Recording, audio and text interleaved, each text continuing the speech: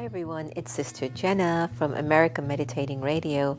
I hope you've been enjoying Wiseish, which you can get live on Twitter, Facebook, or YouTube from 8:30 a.m. to 8:45. But you can also get it on demand 24/7. It's going to be your power boost for the morning. It's your daily dose for the soul. It's just going to encourage you to make the day that much more valuable. So join us. Looking forward to seeing you.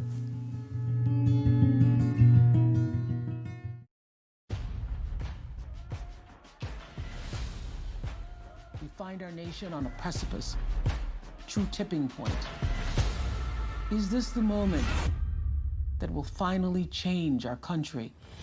Trying to rain on the thunder. Tell the storm I'm new. I'ma rain on this little love. Tell the sweet I'm new.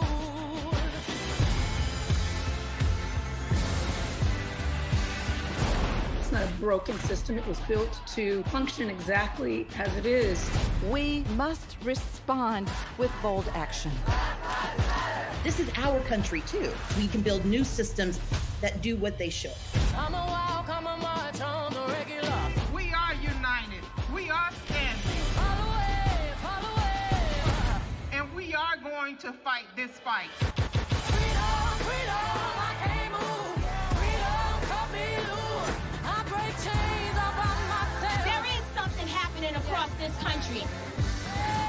When we work and when we fight and when we march and when we speak up and when we offer solutions, we win. I'ma keep running cause the winner don't quit on themselves. It's always the right time to celebrate women and black women in particular. It is an opportunity to show the nation and the world that we will act. It has been an inspiration. You have the choice, and it is that choice that gives you power. Vote. Vote like your life depends on it because it does. That is what we need next. Action.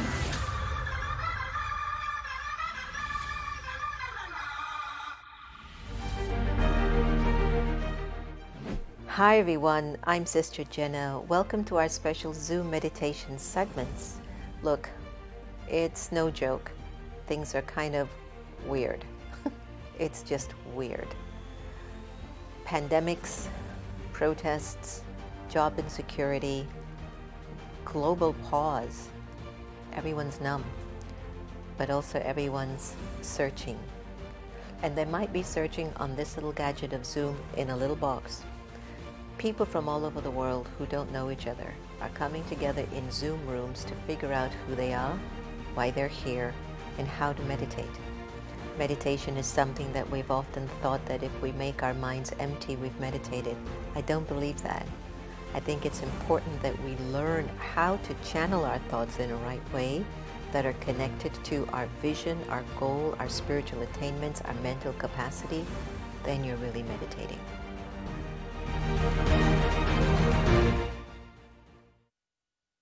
The suspense must be building for Zoom meditation for everyone to see our first documentary. I can't wait for it to be released, and thanks to everybody who also participated. Welcome, good evening, Om Shanti, to your spiritual vaccine hour. I hope you're taking your dose, taking your medicine to take care of any illnesses. One is of this one.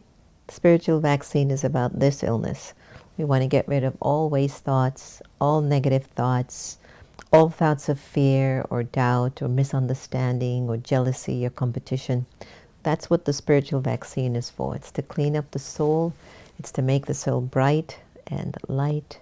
And it's to bring the soul closer to God, to God's love, to God's presence, to just the energy, of Baba's fragrance of peace and happiness and lightness and wisdom. Wisdom.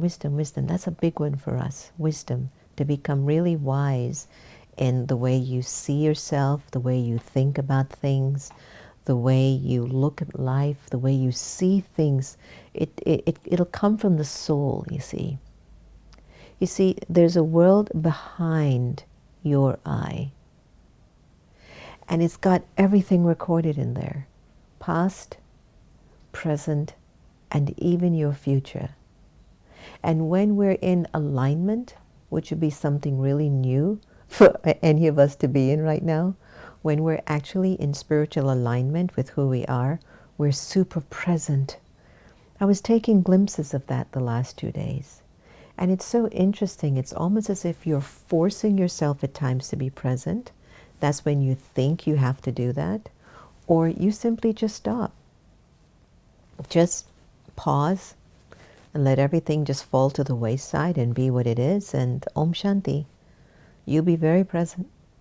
And if in that present, what you're feeling is this sense of, you know, there's nothing of the past that I need to be reminded of. And you know what? My future's going to be fine, and whatever it is. Is it possible for me to just sit here in kindness, in peace, in contentment, clear? That's being present. I'm just clear. I don't want anything from you. I don't feel you need anything from me. I'm not trying to chase after an illusion. I'm not trying to run and beat my future. You ever been in a plane? The plane goes up to the gate, and folks from all the way from the back on the row 56, they're getting up and trying to rush to get to the front of the plane. And once I was on the flight, and the stewardess was just so cute and coy. She's like, sorry, ma'am, you know, not me. It wasn't me. But she's like, sorry, please, please, could you please sit down until the plane has completely come to a halt and the captain has turned off the no seatbelt sign. Okay? And then she said, in aviation history, no one has beat a plane to the gate, so please sit down. It was a Southwest airline. Only in Southwest Airline you could hear that kind of a narrative. We love you, Southwest, and I hope all the airline industries are hanging in there. I can't believe I have not flown since March. Since March. Since my last flight was March the 14th. I went to LA for the Love Button Gala, and that got canceled. Chris Martin, Beyonce was supposed to show up, Michael Beckwith. I was going to be given a little bit of a surprise birthday moment by Dr. Habib Segedi, who was the founder, and everything stopped, and I came back on the flight on the 14th of March. On the 15th of March, we held our last meditation session at the Meditation Museum. And on the 16th of March, usually I'm not so good with dates. I'm actually quite surprised. On the 16th of March, we had our first spiritual vaccine hour. Thanks to Ashish, who did the graphics and put all of that together for us. Wonderful graphic artist, so we appreciate him. He also did the graphics for Wiseish. A lot of newness has come out of this for us. A lot of new things. I'm used to moving around physically a lot. Meetings, going back and forth to the meditation museums, having people come over for meetings, me going to meetings, flying and traveling. That's been new. It's been new just to be in the same place, you know, like we're all under house arrest, except for Sister Gita. We have to put, what you call that, bracelet on her foot. What's it called again? No, it's that thing you put when you're on the house arrest and they put that anklet on. It's, anyway, I'll get it. Somebody might know. You can put it in the comments file. It's when you've been arrested and you can't leave the house and they put that anklet to monitor you. So only Sister Gita has that freedom. So where she goes there, wherever she wants to go. We haven't put the anklet bracelet on her, FYI. I hope that didn't sound like we did. But we've been thinking about it because we don't know where she goes. And now I'm retorting to locking the door. So we don't know where she goes when she leaves. So I'm going to have to lock the door and keep the key. I don't think she's going to be happy about that. That's going to be new for her.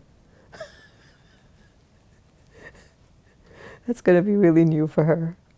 But knowing Sister Gita, she will find an alternative. She's very determined. It's different now when newness is imposed on you and it's not necessarily what you're intending for your newness to emerge. We generally feel like we like newness when we are initiating newness. But this pandemic has brought about a lot of newness to all of our lives. Have your thoughts changed? Have you changed your thinking process? I've been asking myself that too. Don't know if you recall about a month ago or 3 weeks ago, my morning meditation at 4, I was saying to Baba, I just want to change everything about my thinking. I just want to be different in the same body. I just want my thoughts to be even 100 times more creative and loving and kind, and I want to move away from any limitations that are still holding me back. And I realized that you can plant the seed of the thought, that's great, but you still do have to nurture it. It's good to have an inspiration, but it's better to manifest that inspiration into reality, that you can actually live off of the manifestation of that reality. So, how do we create newness? We know by now that meditation, reflection, journaling, putting up a vision board, sometimes getting new friends, going to a new country, renting a new apartment.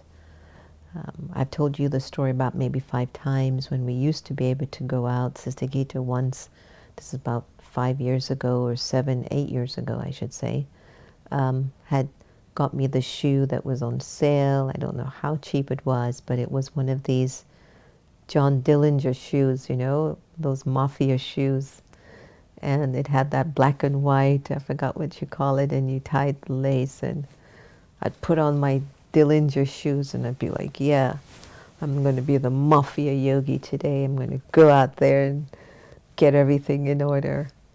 And I remembered whenever I put on that shoe, it would just change my consciousness in a weird way. And it could have been because of the way I interpreted the shoe when she got them for me. I go, oh, those are mafia shoes. That could be why. That whenever I put it near my system, or I used to put it on, it changed my thinking. My thinking became new. So what has been new for you since the pandemic? And how are you really feeling? I've been asking this question quite frequently.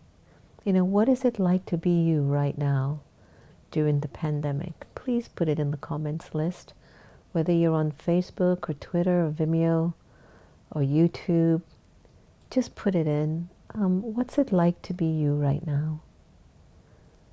And I picked that up from a program I was having the other day, and it was about raising empathy in relationships. It's no longer valid to ask people, well, how are you? Like, what do you think how I am? I'm still stuck at home. Versus, what's it like to be you right now? Put that in the field. Let me see some of your thoughts and feelings. It's a new way to say hello to a person. It's that you meet them, you call them on the phone, you go, hey, hi, it's Jen. How are you? It's Jen. What's it like to be like you today? What was it like? Tell me. Curious. Interesting, right? What was it like to be you today? What was it like to be me today? It was very quiet. I've been very reflective. Very, very reflective today. What was it like to be me today? There was a kind of a nostalgia of thoughts of the past, but there was also a little emotion looking at Sister Gita today. I just looked at her and I just had some emotions. And I came across an article that I got from Jamie Lee, Rockstar, on Twitter. Hey Jamie, I don't know if you're watching today, but it was an article on the future of the media and the entertainment industry. And it was a very powerful article that Hollywood is just changing and they're not quite sure what to do. Everything is up in the air. But there's perhaps a vision of moving more into the virtual and the digital. So I sent it to Santosh and a few friends that I knew in the media to read this article. I thought it was really important. And, you know, we've been doing some new work with the green backdrop and some stuff that you all haven't seen because this is us together in the evenings, but some other creative stuff that I've been wanting to do. And I'm very courageous when it comes on to thinking out of the box and moving stories forward. I don't know what to do with myself if I'm stagnant or I'm scared of taking another jump. I don't know how to be that person. And so this article came across and I was telling Santosh, we're way ahead of the game. Look at that. This is an area we have to master because now we can begin to offer narratives about spiritual experiences, about the soul connecting to God, the Supreme Soul. Now we can begin to really offer something that can be a feeling experience through visuals and just let it out, let it be. It's the donation to life. You know, you don't need to get an Emmy or an Academy Award, even though our wonderful brother Louis Gossett has been nominated for an Emmy in 2020, so we're wishing him a lot of good luck on that. But yeah, just if you want to be new, you've got to kind of sometimes consider that I don't want to waste this life. And a lot of times we waste our life by doing things we don't like to do, and we're not happy about them. And if we continue to kind of ignore that, ignore the fact that we're not happy. I asked someone the other day, how are they feeling? Are they happy? And they just said very quietly, no, I'm not happy. And I was like, oh, so what can be done now, you know? If I were to ask myself if I'm happy, I would say I am. I am. Am I overjoyed? No. Am I blissed out? No. I don't think I can be overjoyed or blissed out when there's still so much suffering and darkness going on. There is a lot of empathy and sensitivity for me in this incarnation when it comes on to the harshness of the world and the behavior of some of my brothers and sisters to each other. It breaks my heart every time I see hate and greed and selfishness and deception and manipulation, and you just don't care, you know. And I'm hoping that the newness that we're going to be evolving into would be a world that moves away from those intentions, you know, the ones that just take from people until they're all dried up and just leave them there. You know, I'm hoping that the newness that I want to visualize is a newness that will come through me, that I'm new. And so wherever I go, I'm going to plant some new seeds and something's going to grow. And I'm hoping that the newness that we're going to evolve into will be a golden age newness. And Baba has said so. Baba has said, after this particular period of the Iron Age coming to a close, this confluence that we're in between dark and light is this particular period to clean up the soul from all of its iniquities and to clean the soul from anything that has taken away its happiness and to purify the soul. So we're actually at the confluence, which is this particular period, which we can call a lockdown. It's the time to clean up the soul, to purify the soul, to make bygones be bygones, to be honest with the self, to check how are you really doing and what is getting in your way from being free and being your powerful self, living a relevant existence, and not an existence that is just passing the time, you know?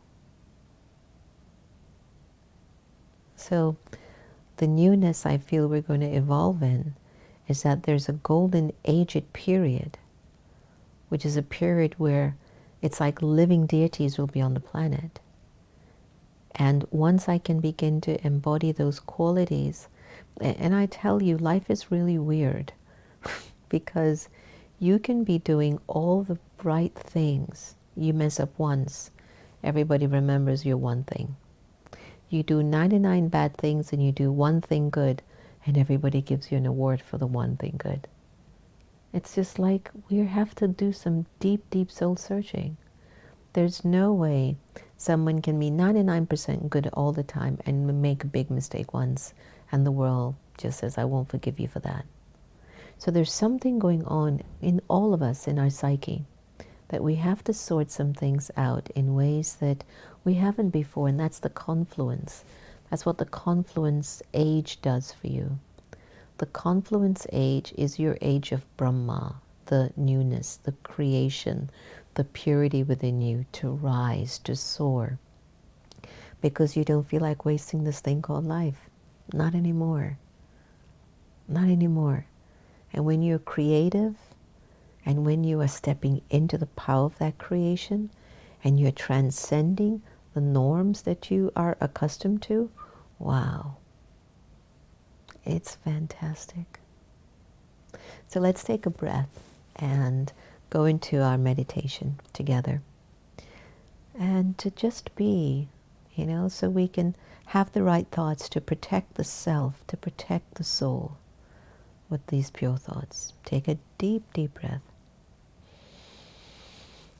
Hold it. And now release.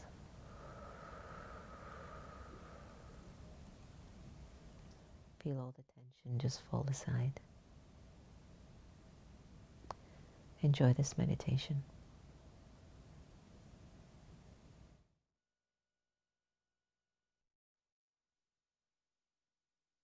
Om Shanti, inner peace and inner power. Rather than looking at the world outside and allowing my mind to move off in 1,000 different directions, for just a few minutes, I decide to look inside. I look inwards. I see my thoughts scattered. And with the power of awareness, I bring my thoughts back to a single focus, an image of a point of light inside my forehead.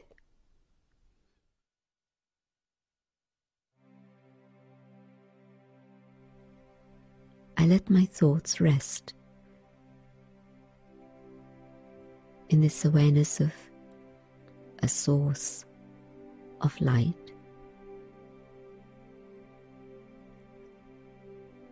and I discover that it's easy for my mind to become calm, to slow down and stabilize in the experience of I, the eternal being. The world is out there, but for a few moments, I take the time to look at my own inner world. And as my mind clears, I can select the quality of thoughts that I choose to have and the quantity of thoughts that I have. Many thoughts and my energy scatters.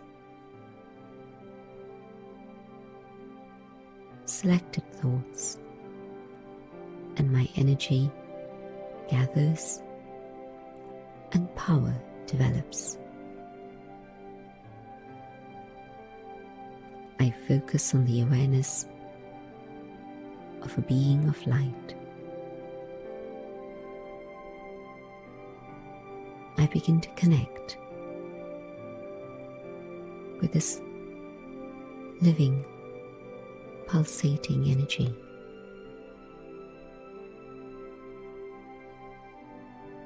I realize this is who I am. I am a spark of light.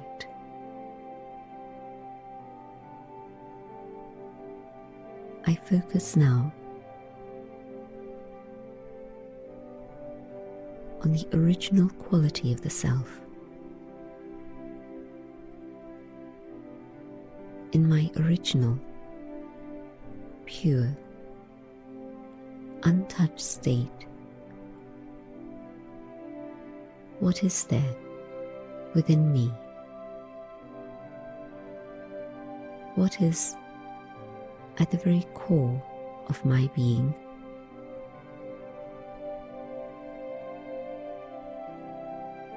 There seems to be a stillness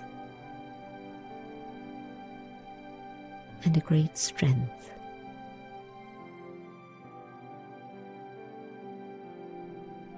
Within my own inner being is peace, a peace which has strength, a peace which is stable, deep, and strong. My own inner peace is my own inner power, my own personal property that nothing and no one can touch. Om Shanti.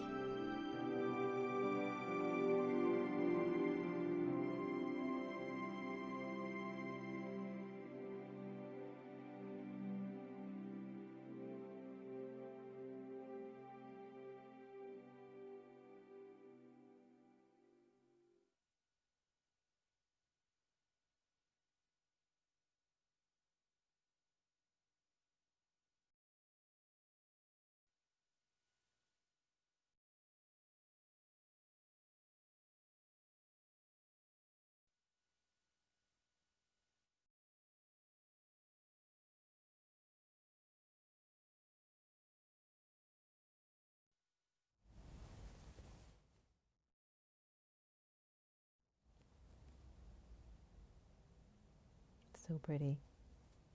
The fields. It's new now, just to look at the fields, even if it's virtual. And I think in some ways we were living pretty much a virtual life. There must be a reason why we're karmically in this place. I've heard so much, so many times parents would be with their children and their children are with them in the living room on their cell phones. We'd be at dinner and we're on our cell phones. We would be in a social gathering and everyone's on their cell phones. Yeah, I know. And they see that what happened? Yeah. And see what we got? A virtual reality. So it's all accurate. We wouldn't be in this position if we weren't asking for it. That we don't want to be around a whole bunch of people. We just want to be in our own space. Maybe that's what we were asking for. So we got it now. It's new. So how new are you becoming as a result of this amazing particular opportunity?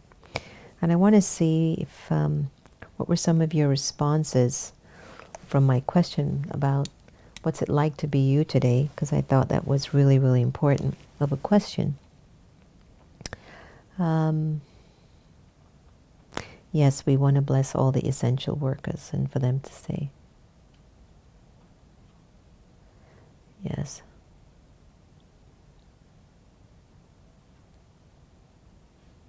It's interesting, right, Lorraine? There's a sense of more quietness going on inside, that we are feeling more of this pull inwards.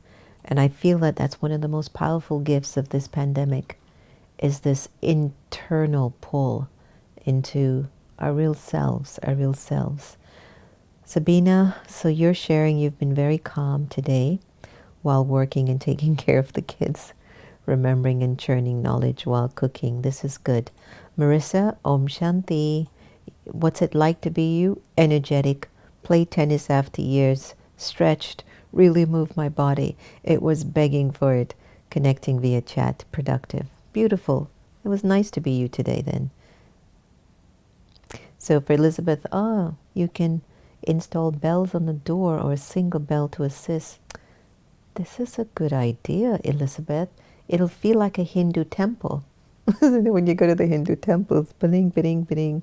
Oh Lord, we'll be hearing that bell every hour. Little angel goes out every hour.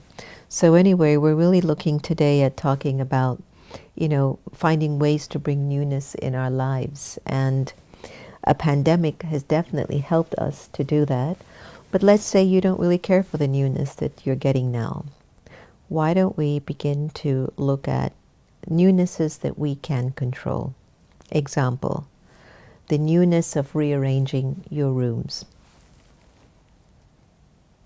I mean, if you shift your energy, shift your furniture around in your apartment, in your house, in your condo, your energy will feel different in that room, in that space. It'll just be automatically feeling new. Again, throw out some old clothes, things that you feel no longer give you joy.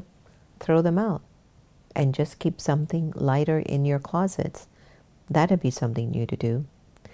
Give away something you actually like. That would be something new.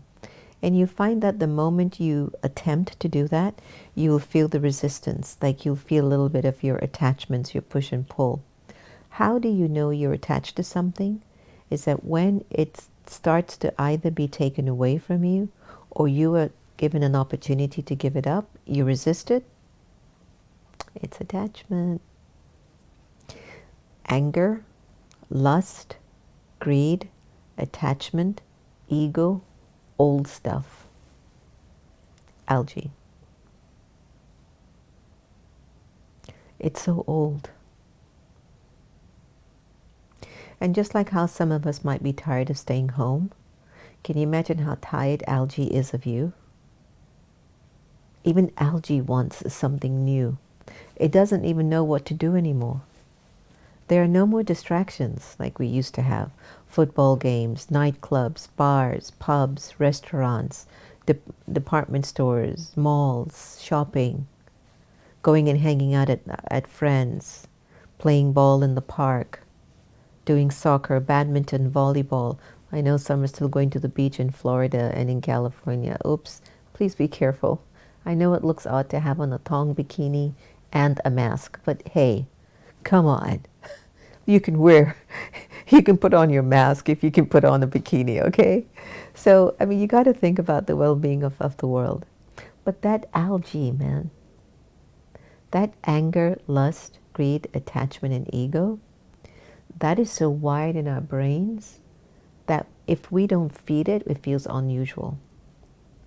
So when you transform anger into peace, you transform lust into purity, you transform greed into I have enough, I'm contented, I have joy. You transform attachment into love and ego into truth and self-respect and joy. You'll find that you'll be new. You won't be the same person you were. It's the algae that needs to come out. And once the algae stays there, I just feel like I'm not living. I'm pulling my life along. I'm just dragging my life along.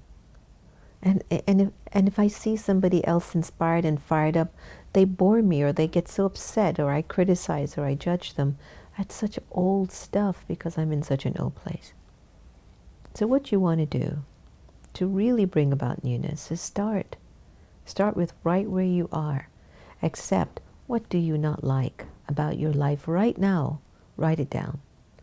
What you don't like and what you know you don't want anymore. And then write on the other side of the paper, what are you ready for? How are you planning to really live now fully? What's going to be your vision? What's that vision? You're not feeling like life should be wasted anymore, do you? I don't think so. Enjoy this short clip by Prince E. I think it brings a lot of insight in our conversation, because a lot of our illness is because we've just gotten addicted to wasting our time. And what I'd like you to do tonight, give that up. Do something new.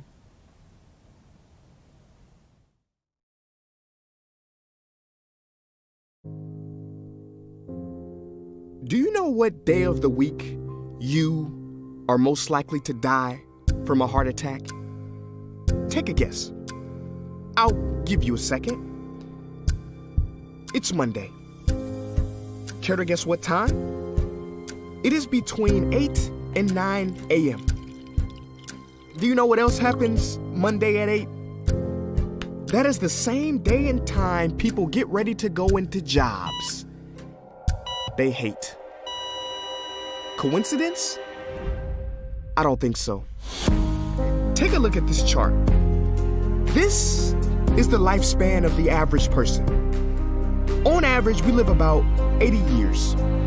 If we're lucky, we start working at about 18, and we work, and retire at about 67. Now, what does this tell you? That for better or for worse, the majority of your life will be spent at work. Do not spend that time unhappy. Like my friend Jay. See, Jay would always say, when I finish school, then I'll be happy. Well, Jay finished school, but he wasn't happy. So then Jay said, when I get a job, then I'll be happy. Jay got a job, but he still wasn't happy. So Jay said, when I get married, settle down, and have kids, then I'll be happy. Well, he got married, settled down, had 2 kids, but still wasn't happy. So then Jay said, okay, when the kids leave home and I retire, then I'll be happy. Well, the kids left home and he retired, but he still wasn't happy. So Jay started going to church. And I asked Jay why he was going to church so much. And he said, because when I die, then I'll be happy. Jay's story, however sad, is not unique. I could have replaced Jay with Johnny or Bonnie. In fact, Jay's initials stand for just about everybody. Many of us are like Jay, but it is not our fault. We have been tricked to stay stuck in jobs that are literally making us sick, and to be and then people. You know about the and then people, right? It's people who constantly say, and then I'll be happy. Ladies and gentlemen, we must go from living as and thens to becoming right nows. We have to be happy right now. How? We must either find a job we love or bring more love into our jobs. It is time to step out of the rat race. Because the funny thing is, even if you win, make a load of money, hold up the trophy that everybody hails, you're still a furry rodent with a pointy nose and long tail. Wake up. Stop playing with your life. This ain't a video game. This ain't Mario Kart. This ain't Fortnite. There is no try again button, no option to redo this level. When the game's over, game's over. But there is one cheat code to the human console, and that is to take control and to stop buying into the lies society has told, like how overworking is cool and being stressed out is a status symbol. Oh, and I almost forgot the biggest lie. Keep a work-life balance. Now, on the surface, you may not see how crazy that sounds, but think about it. Work-life balance? Shouldn't it be the other way around? Shouldn't life come before work? Because when your life is better, your work is better? But don't take my opinion. Harvard professor Sean Achor recently discovered something fantastic, which he calls the happiness advantage. His studies prove that 75% of job success can be predicted by not how smart you are, not how talented you are, but how happy you are. His research is decisive. He says when you're happy, your intelligence rises, creativity rises, your productivity rises. And you know what else is funny? You also make more money. But here's the real kicker. You live longer too. I know, it sounds too good to be true, but yes, optimists actually live longer than pessimists, so you could stretch this graph a few extra years if this time here is filled with more joy and cheer. Let me be clear, do not take this message lightly. It is your duty to be happy, for your own sake. I don't care if you're here at the end, it is never too late to trade in your deadlyhood for a livelihood and refuse to suffer during the weekdays. Ironic they call it that, because you're literally in a weekdays where you're constantly waiting for the weekend. See, I believe so many people die of heart attacks because they are involved in work that their hearts are just not in. I believe people have low vital signs because they are involved in work that is not vital to them. My friends, happiness is a choice, but anyone who says it's easy has lied. It ain't easy, but you have to try. The first step is to look inside and remember the quote that the Buddha wrote 2,000 years ago, which I believe today for most people still applies. The problem is, you think you have time. Stop wasting your life.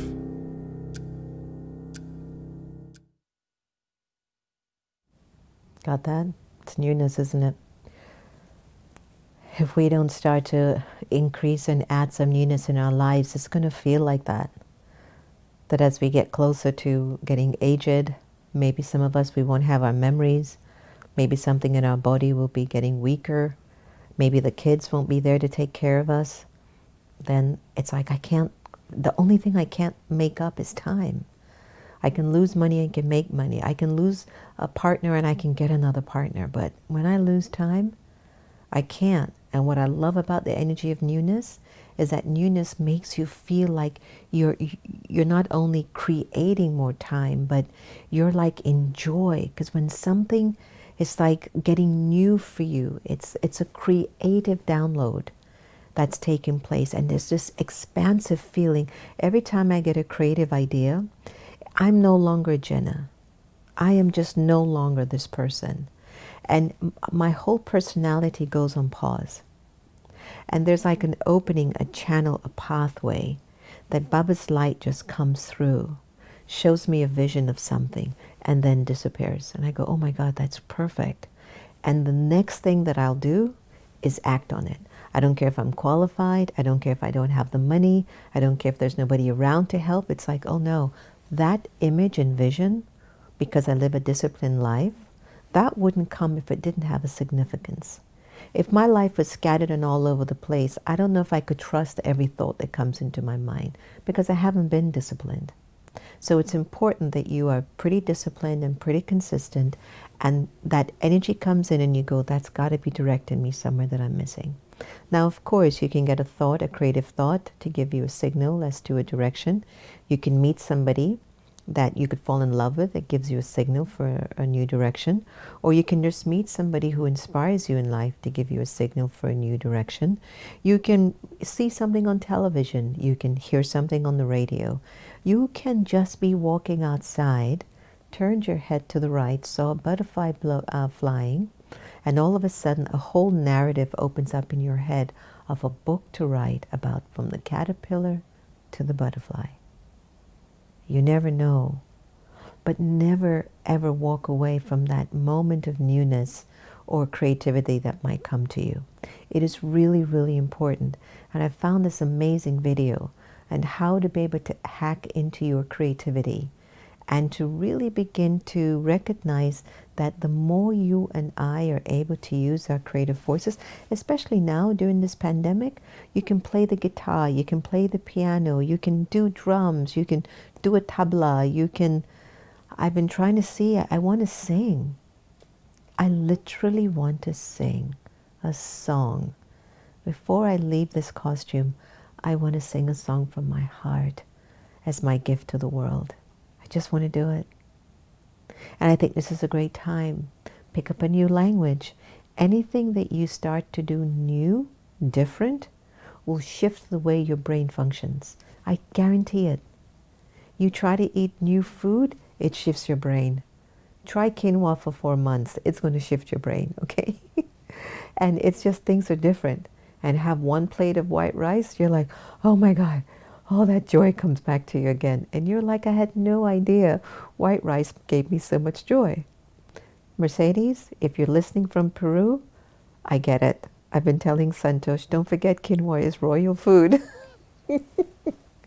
But the point that I'm making is, whenever you try something new, something changes in your brain.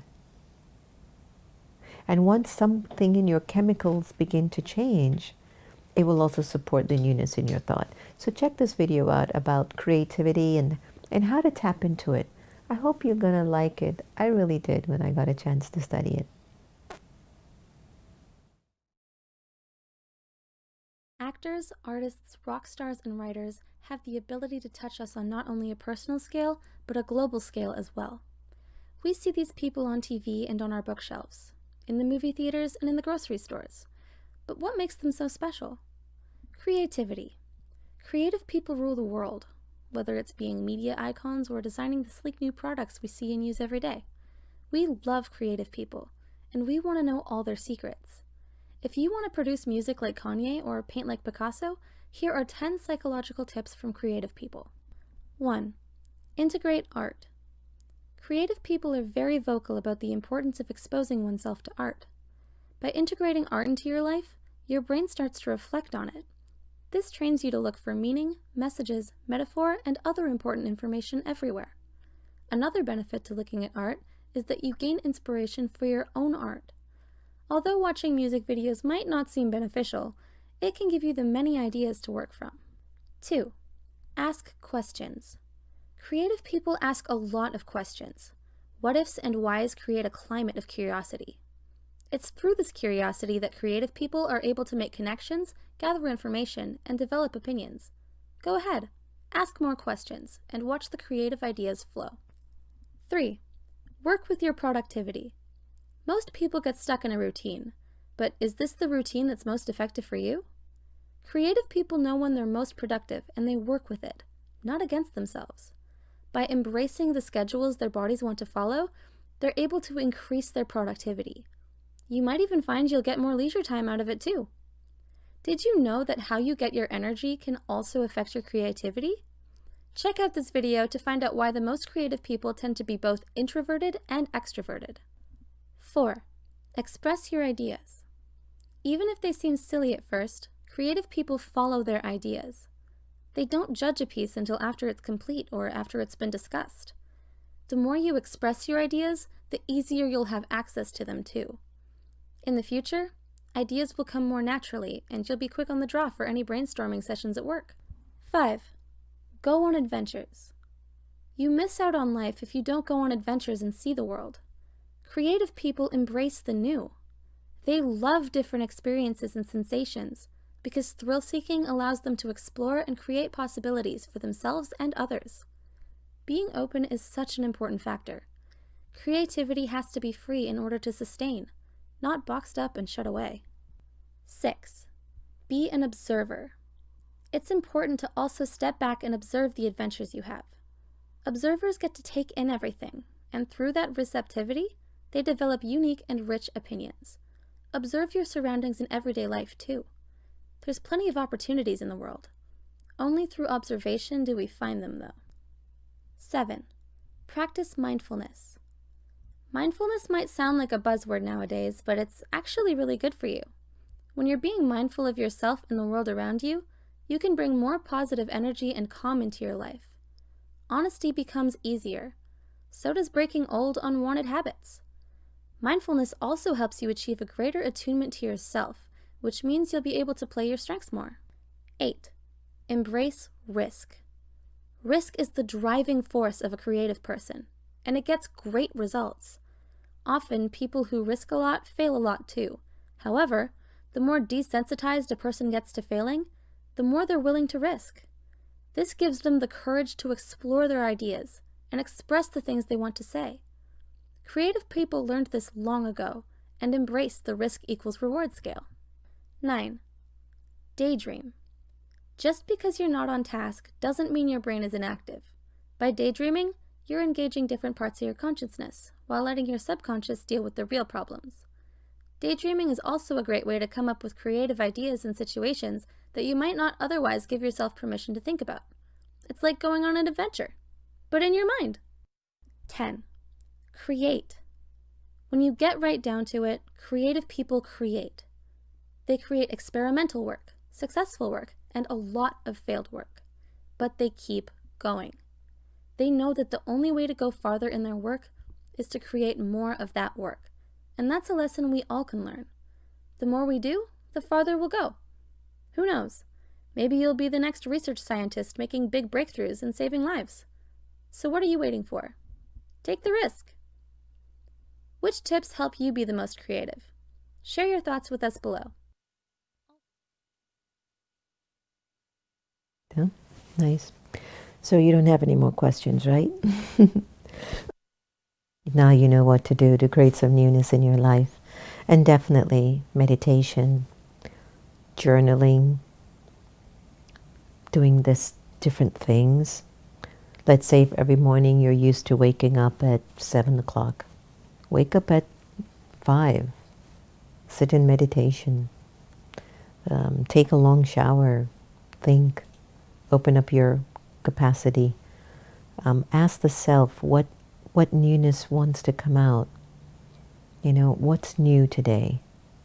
What do you want to show me today? And you find that something really beautiful will come out of that. You'll see something profound.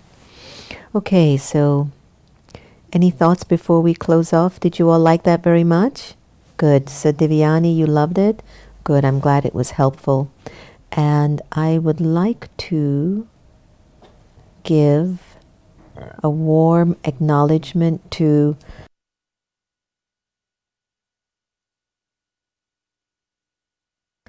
Miss Rue 32 McGee.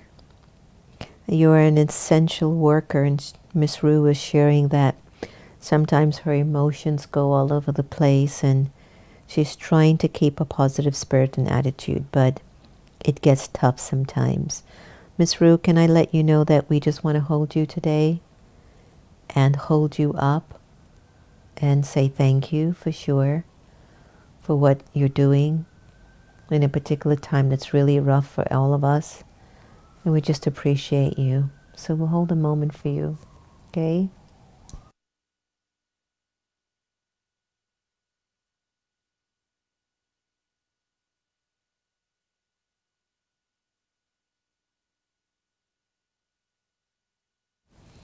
We just wanted you to know that we appreciate you and thank you. And yes, sometimes it can get like that. I'm just looking for that day when all of us will just be okay. Just okay with everything that's going on, and for some reason there won't be that push and pull, and we'll get used to just contentment, and we'll get used to being very neutral with life, and even whatever challenges come our way, we can somehow just accept it with grace and with maturity, and still do all the needful, and still turn to all of your supporters and still talk to everybody. But inside you're going to still be okay, you know? So that's kind of what it is. So anyway, thank you all for joining us tonight. And hopefully, Sister Gita, 1 second.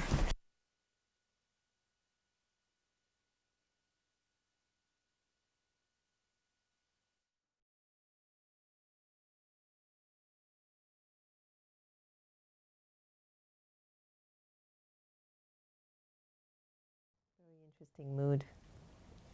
Yeah.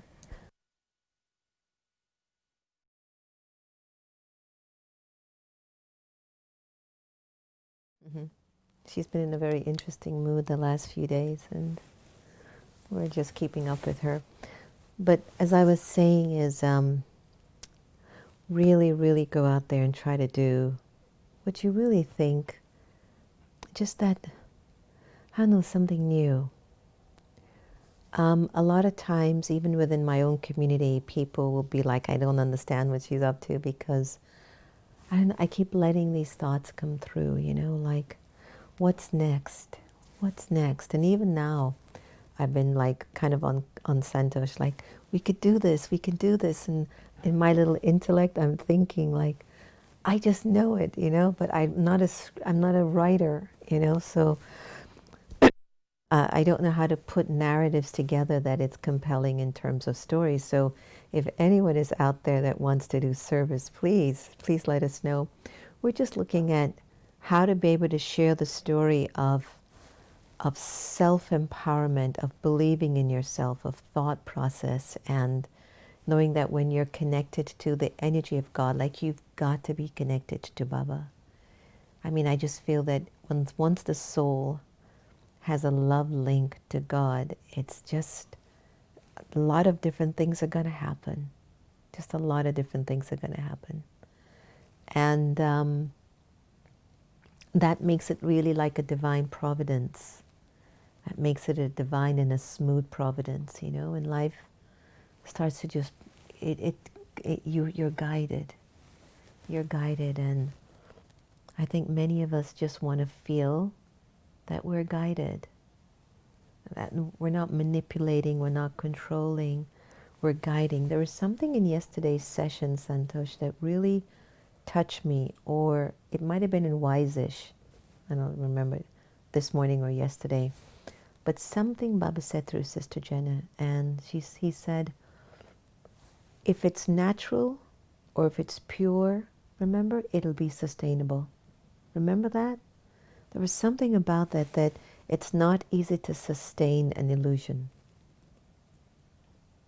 And I think in order for us to move into our newness, it's time for us to sustain things that are true. That will be something new too for the human soul.